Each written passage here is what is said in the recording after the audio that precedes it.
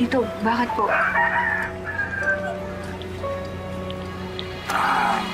May itatanong lang ako.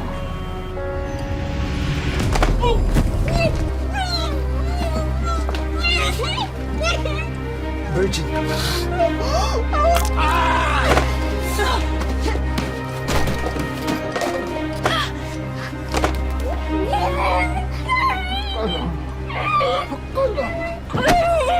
Huwag ka nang maingay. Pag mag-iingay ka, mapipilitan akong saktan ka.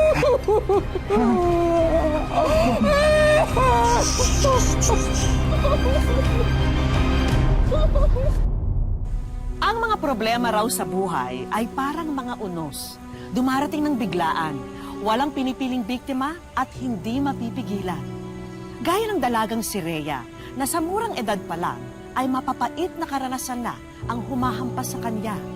Pero ang bawat yugtong ito ng kanyang buhay ang sumubok sa kanyang tibay at paniniwala.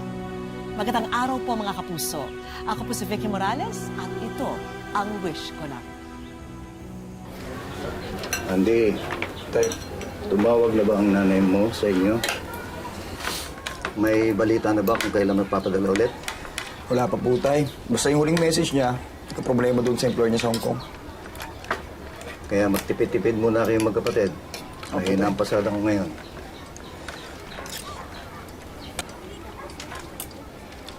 Uy, ayos ka lang? May sakit ka ba? Ha? Hoy, Andrea. Bawal magkasakit. Magastos yan. Okay lang ako. Okay lang. Huwag kang magsisinungaling sa akin. Kambal tayo. Nararamdaman ko kung may problema ka. Hindi. Okay lang talaga ako. Baka wala lang akong tulog. O sige. Kung gano'n magpahinga ka na. Ako na maglilipid dito.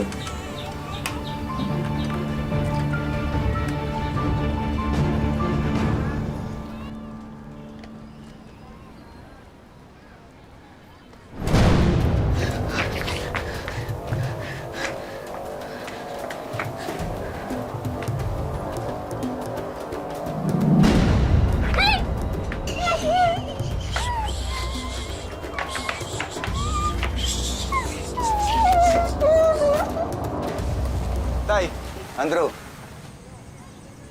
Tagay ka muna. Tayo mag-aaral pa ako. Sige, sige. Pinahiya ka, kuya. Hindi ka man lang pinagbigyan. Hayaan mo na muna. Kaaral daw eh.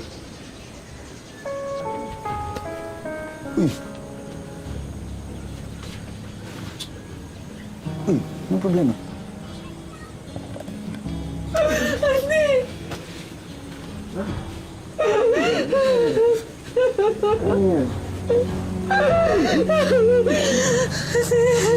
Ba't nangyayari? Ba't ka umiyak?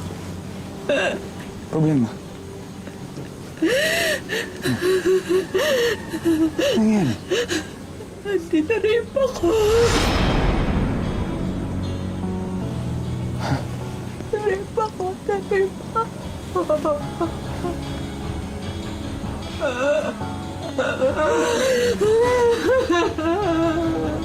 Kailan?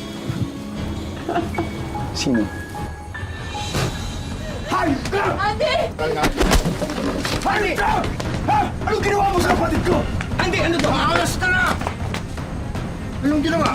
Kuya, wala akong ginagawa, ha? Hindi ko alam ang binibintang nito. Tumigil ka, Andy. Tumigil ka. Tumigil kayo magkapatid. Mas nakakahiya yan kapag may nakarinig. Nakakahiya? Paano yung kapatid ko? Ha? Paano yung kapatid ko? Wala ako alam sa mga pinagsasabi niya, kuya. Napakasinungaling niya. Anong gusto mo? Ipakulong ko ang tito mo? Malaking kahihiyan sa pamilya natin yan. Anong klaseng ama ka? Na hinahayaan mo lang mangyari ito sa sarili mong anak. Mag-iingat ka sa pagsasalita mo.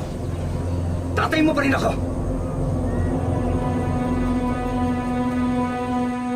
Nakakahiya kayong lahat.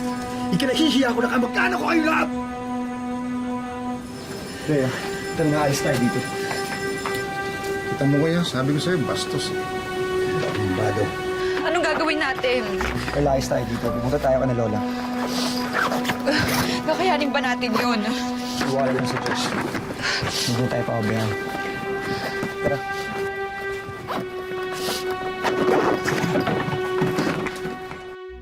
Matapos pagsamantalahan ng sariling tiyuhin, si Rhea pa ang sinisi ng sarili niyang angkan. Kasama ang kanyang kakambal na si Andy, lumayas sila upang makitira sa kanilang lola. Pero kahit sa bagong tirahan, hindi sila nilubayan ng problema.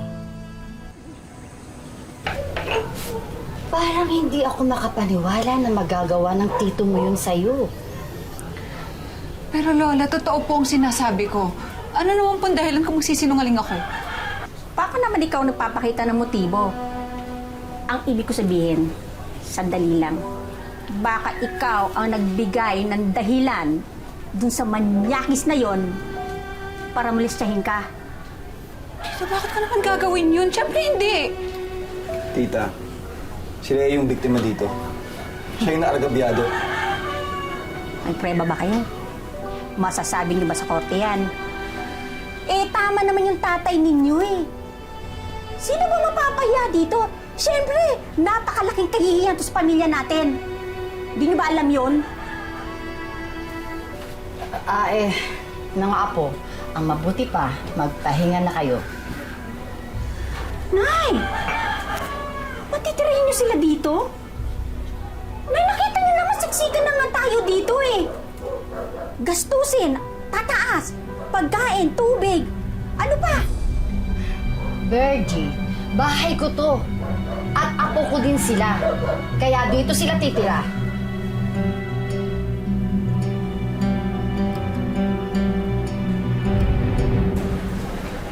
Kawawa ka naman, Bes. Paano na kayo nakambal mo ngayon? Kinalala kami nakatira. Hindi ko na nga alam kung anong gagawin ko eh. Ako pa yung sinasabi nilang may kasalanan daw sa nangyari. Alam mo, akala ko wala na ikakapangit yung pangit na nasa campus.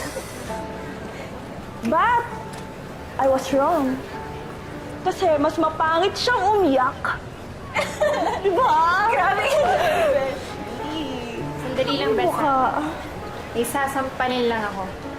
Nang umagising sa ilusyon ng maganda siya. Wag na, Bes. Ayoko na madami ka pa sa gulo ko. Nadamay na dito si Andy at namumroblema siya ngayon. Eh kasi mahal ka namin, Bes. At hindi kami papayag na may mang-aapi sa'yo. Salamat, Bes. Wow! May super hug pa yung mga losers. Tara na nga, umalis na tayo dito. Umiwas na tayo sa... Ano nga dyan? Aray!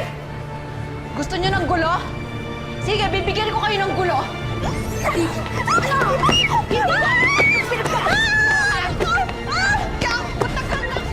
Tagay ka na to! Ano ka nga? Tagay! Oh. Sige, ako pupunta. Mukhang mabigat ang problema mo ah. Hindi ka, tagay ka muna. Baso!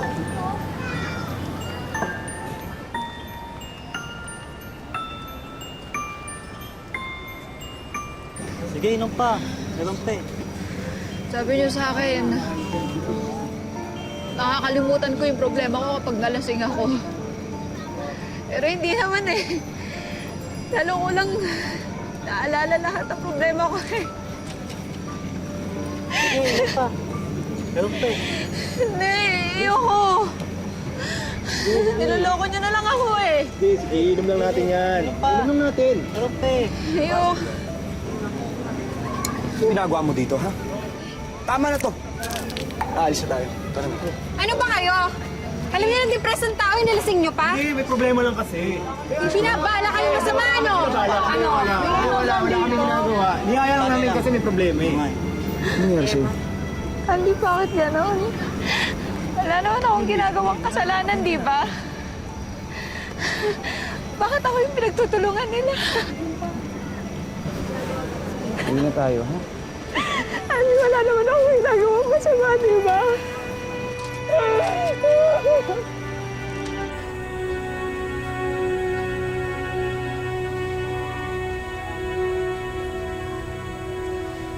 Oh, Bes.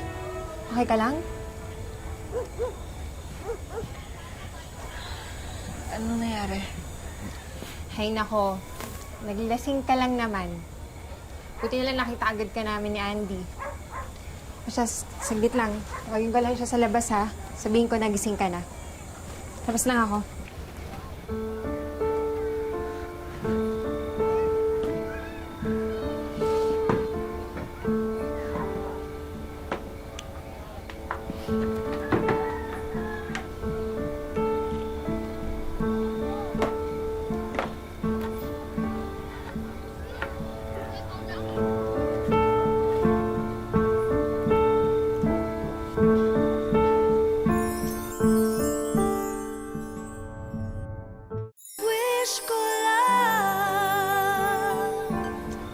Rhea, Nandito lang siya kanina bago ako lumabas, eh. Rhea! Bes! Rhea! Anong ginagawa mo? Anong ginagawa mo? Tagilin mo yung telescope mo! Tagilin mo yung telescope mo! Gusto ko na mamatay. Gusto ko na mamatay.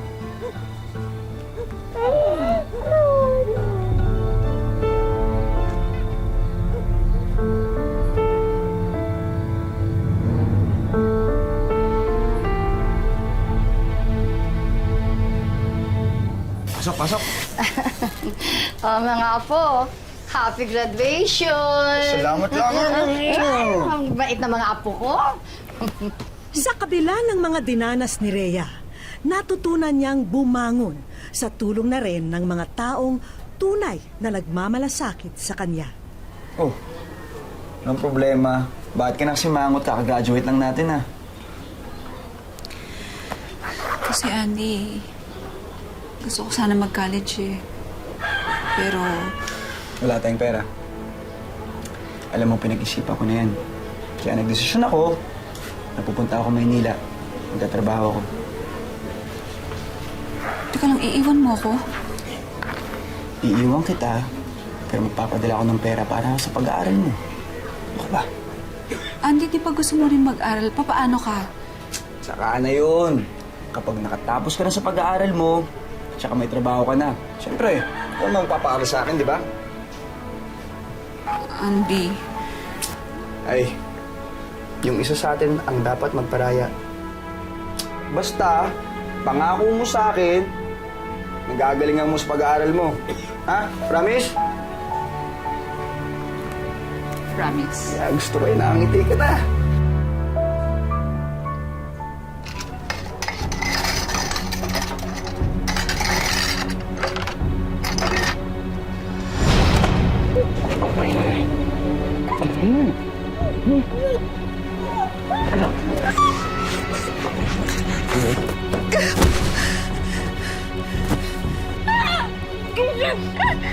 Nay, di ba? Sunod ka man, Nay.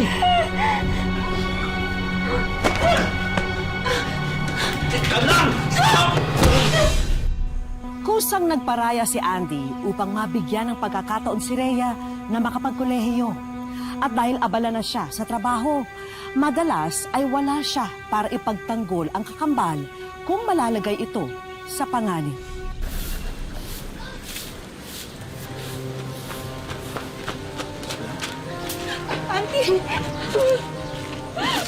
Salve. Ano ito? Ano nangyayari? Nasaan si Alwin? Nasaan siya? Ano nangyayari, ha? Bakit? Nagsumbong sa akin yung kapatid ko na minulesta daw siya ni Alvin. Naniniwala ka dyan sa kapatid mong malandi. Alam mo, Mo kong tutudurin. alam mo isa pa. Ano? Isa pa pag-iinsulto mo sa kapatid ko. Papatong mo itong matandang pangit ka. Mas ka matay? Basta! Alwin! Al! Andy! Andy! Andy!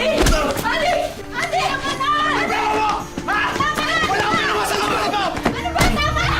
Ano? Andy na! Yan ang kaya mo! Ano? Mahiya ka! Tama na! Subukan mo! Pareho kayo magkapatid na may problema! Kahit saan kayo magpunta, puro sa ng gulo! Lumayas kayo na sa bahay! Hindi! Hindi sila nalayas! Kayo ang dapat na lumayas dito sa pamamahay ko! diskarte mo! Parang di ka na sarapan ah!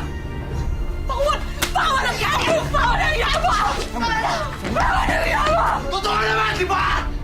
Kaya mo sinabi mo! Kaya nakakagulo sa pamamahay ko! Lumayas kayo! Layas!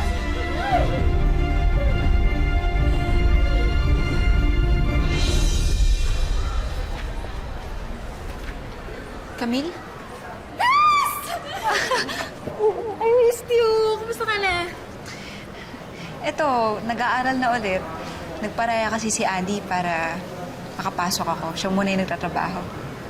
Bay talaga ng kambal mo, no? Pero ang tanong ko, kamusta ka na ba?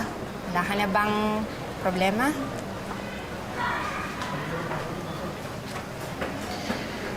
Ewan ko ba? Nangyari na naman kasi sa akin eh. Ha? Yung sa tiyuhin mo?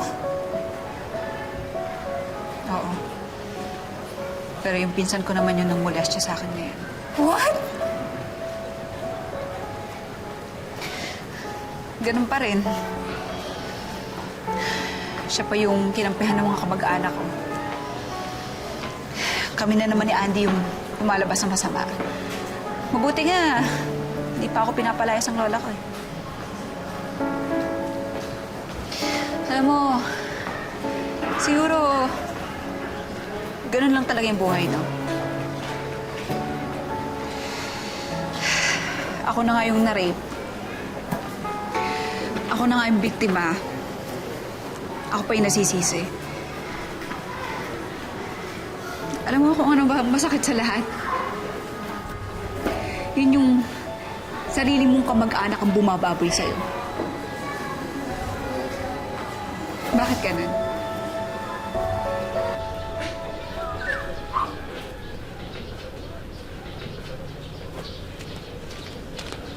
Hoy, babae malandi.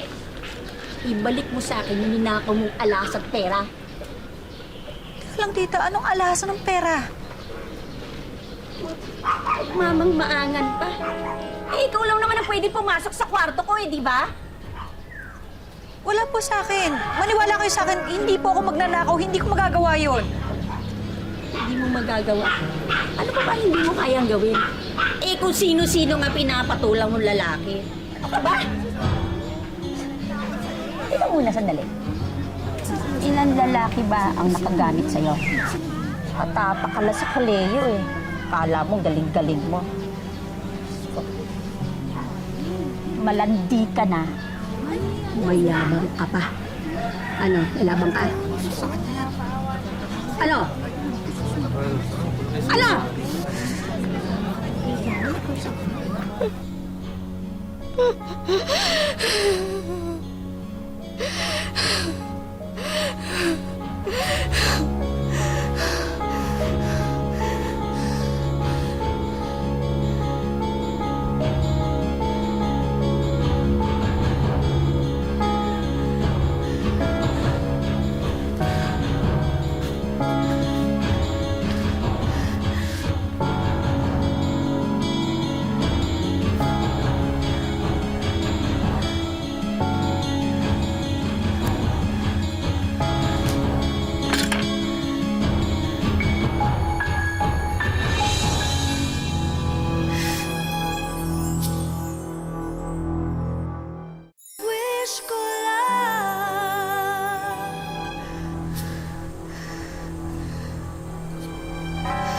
Rhea!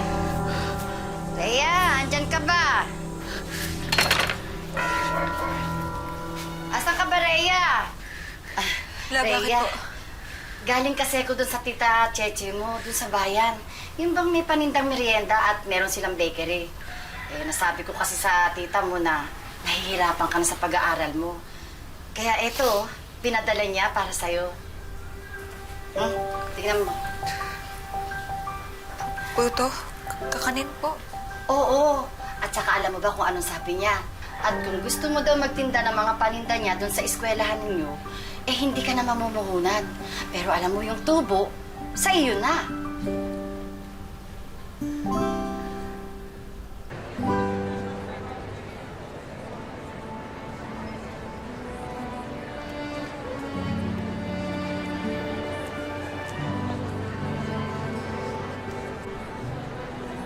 Andy! Thank you, Andy, ah. Kung hindi dahil sa'yo, wala akong ngayon dito. Ano ko ba? Dahil sa'yo to. Hindi dahil sa akin. Dahil laging matibay ka, hindi ka sumuko, at niniwala ka sa Diyos. Congrats, Kambal. Love you, Kambal. Love you too! Oh, papicture tayo! O, tara, papicture tayo. Ay, Jake! Pwede bang papicture naman kami, oh? Para may isuyo lang, ha? Pasa mo lang busy sa ka akin. ata, eh. Sige ha. Ayan. Oo. 1, 2, 3. 8 taon na ang nakararaan, pero nananatiling mantsa sa kanyang pagkatao ang dinanas niya sa kamay ng kanyang pinsan at tiyo. 13 po ako nung first year high school.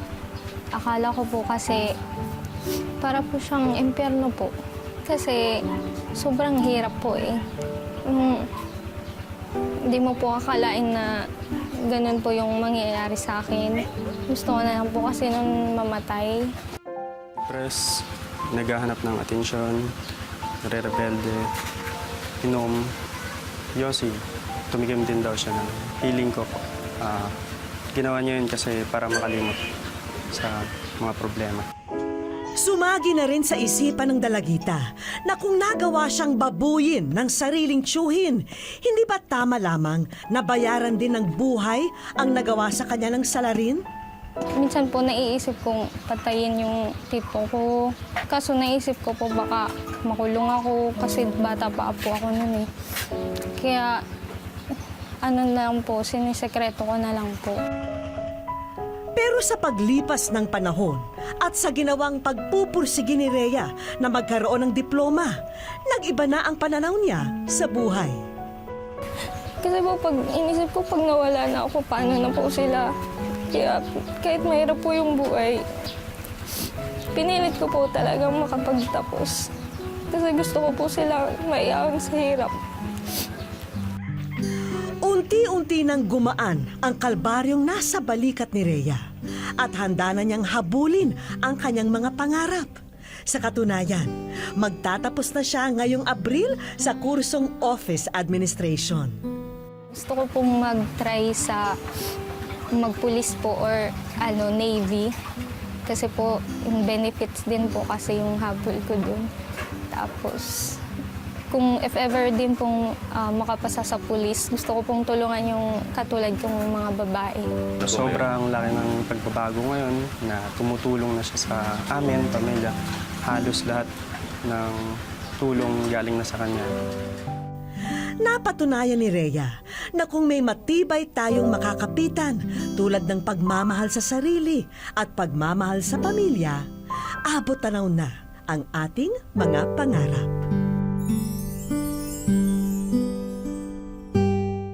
Sa aming pagbabalik, Wish ko lang. wish ko lang